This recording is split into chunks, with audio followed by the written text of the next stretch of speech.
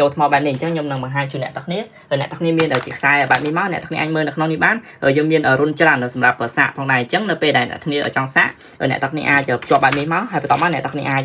ដោតទៅហើយបន្តមកអ្នកទាំងគ្នាអាចមើលទៅត្រង់ចំណុចនេះនៅពេលដែលអ្នកគ្នាសាកបាននេះថាវាលោតលើភាគរយការកំណត់ភាគរយថ្មលើបាទសួស្តីអ្នកទាំងគ្នាតាំងនេះខ្ញុំចង់បង្ហាញអីវ៉ាន់ដែលមាននៅក្នុង stock ស្រាប់ហើយចង់បង្ហាញជូនអ្នកទាំងគ្នាចឹងអ្នកទាំងអាចមើលនៅក្នុងនេះបាន power bank ដែលមានកម្លាំង 10000 mAh នេះមួយតម្លៃត្រឹមតែ$7អញ្ចឹងតាមនៅក្នុងនេះមានអ្វីខ្លះនិងវាមានមុខងារនៅរបៀបនៃការប្រើប្រាស់យ៉ាងដូចនេះខ្ញុំនឹងបង្ហាញជូនអ្នកទាំងគ្នាអញ្ចឹងខ្ញុំនឹងបើកប្រអប់មកអ្នកទាំងគ្នាអាចមើលនៅក្នុងនេះបានយើងមានពណ៌សនិងពណ៌ខ្មៅហើយតម្លៃរបស់វា$7ដូចគ្នាអញ្ចឹងខ្ញុំនឹងបើកដើម្បី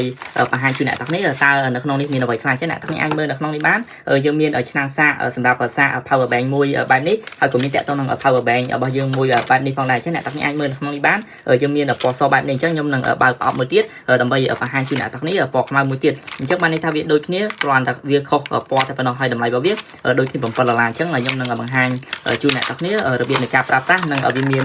មុខងារយ៉ាងដូចនេះអញ្ចឹងនៅក្នុងនេះវាមានឆ្នាំងសាកមួយដូចគ្នាហើយវាមានពណ៌ខ្មៅវាមានលក្ខណៈបែបនេះអញ្ចឹងអ្នកទាំងគ្នាអាចមើលនៅត្រង់ចំណុចនេះបានអញ្ចឹងរបៀបនៃការប្រើប្រាស់អ្នកទាំងគ្នាអាចមើលនៅក្នុងនេះបានរបៀបនៃការបើកអ្នកទាំងគ្នាអាចចុចត្រង់បេតុងនេះមកបិទបើកអ្នកទាំងគ្នាអាចមើលជីភាគរយនៅក្នុងនេះដឹងតកតងនឹងកម្លាំងថ្មរបស់យើងនៅសល់ប្រមាណហើយអ្នកទាំងគ្នាអាចសាកបញ្ចូលនៅពេលដែលអ្នកគ្នាចង់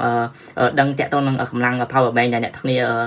ប្រើប្រាស់ផងដែរអញ្ចឹងនៅក្នុងនេះអ្នកទាំងគ្នាអាចមើលបានវាមានដោយ USB សម្រាប់ភ្ជាប់ជាមួយនឹងខ្សែឆ្នាំងសាកអ្នកទាំងគ្នា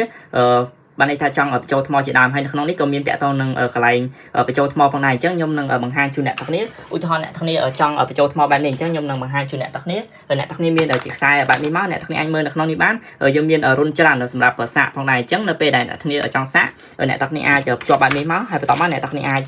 ដោតទៅហើយបន្តមកអ្នកទាំងគ្នាអាចមើលទៅត្រង់ចំណុចនេះនៅពេលដែលអ្នកគ្នាសាកបានន័យថាវាលោតលើភាគរយការកំណត់ភាគរយថ្មលើអ្នកទាំងគ្នាអស់ឬក៏ពេញអ្នកទាំងគ្នាអាចមើលនៅលើត្រង់ចំណុចនេះបានហើយអ្នកទាំងគ្នាអាចសាកបានច្រើនផងដែរហើយវាមាន LED សម្រាប់មើលភាគរយថ្មហើយអ្នកទាំងគ្នាអាចសាកថ្មបានច្រើនដងតកតងនឹង power bank ប្រភេទនេះហើយខ្ញុំធានារបស់ថ្មីមានប្រអប់ស៊ីន 100% ជូនអ្នកទាំងគ្នាហើយវាមានលក្ខណៈធន់មាំប្រើប្រាស់បានយូរហើយវាមានពណ៌ខ្មៅនិងពណ៌សហើយវាមានរុនដោតសាករបស់យើងច្រើនផងដែរហើយបានន័យថាក៏មាន LED មើលសម្រាប់មើលភាគរយថ្មជូនអ្នកទាំងគ្នាផងដែរអ្នកទាំងគ្នាចង់បញ្ចូលថ្មអ្នកទាំងគ្នាអាច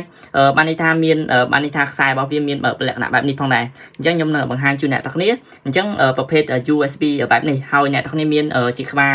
ឆ្នាំងសាកមកអញ្ចឹងឧទាហរណ៍ខ្ញុំមានក្បាលឆ្នាំងសាកបែបនេះអ្នកទាំងគ្នាអាចបញ្ចូលថ្មបានអញ្ចឹងខ្ញុំនឹងបង្ហាញជូនអ្នកទាំងគ្នារបៀបនៃការបញ្ចូលថ្មអញ្ចឹងអ្នកទាំងគ្នាអាចធ្វើបែបនេះអញ្ចឹងបញ្ចូលទៅបានន័យថាវាមានលក្ខណៈបែបនេះអញ្ចឹងបានន័យថាដោយរបស់វាអ្នកទាំងគ្នាអាចមើលត្រង់ចំណុចនេះបានរបៀបនៃការបញ្ចូលថ្មរបស់វាគឺវាមានលក្ខណៈបែបនេះចឹងអ្នកទាំងអាចមើលបានបញ្ចូលថ្មវាចេញលក្ខណៈបែបនេះលោតរបៀបនៃការលោតបានន័យថាបង្ហាញភាគរយជូនអ្នកទាំងគ្នាប្រហែលភាគរយពេញអ្នកទាំងគ្នាអាចមើលនៅលើចំណុចនេះបានចឹងរបៀបនៃការបញ្ចូលថ្មនិងរបៀបនៃការសាកភ្ជាប់ជាមួយទូរស័ព្ទអ្នកទាំងគ្នាគឺវាមានលក្ខណៈបែបនេះហើយ power bank ដែលមានកម្លាំង10000 mAhនេះមួយតម្លៃត្រឹមតែ$7បើសិនបើអ្នកនៅចង់បានអាចតាក់ទងមកខ្ញុំបានតាមលេខទូរស័ព្ទឬក៏តាមលេខ Telegram ខ្ញុំបាទបានខ្ញុំបាទសូមអរគុណ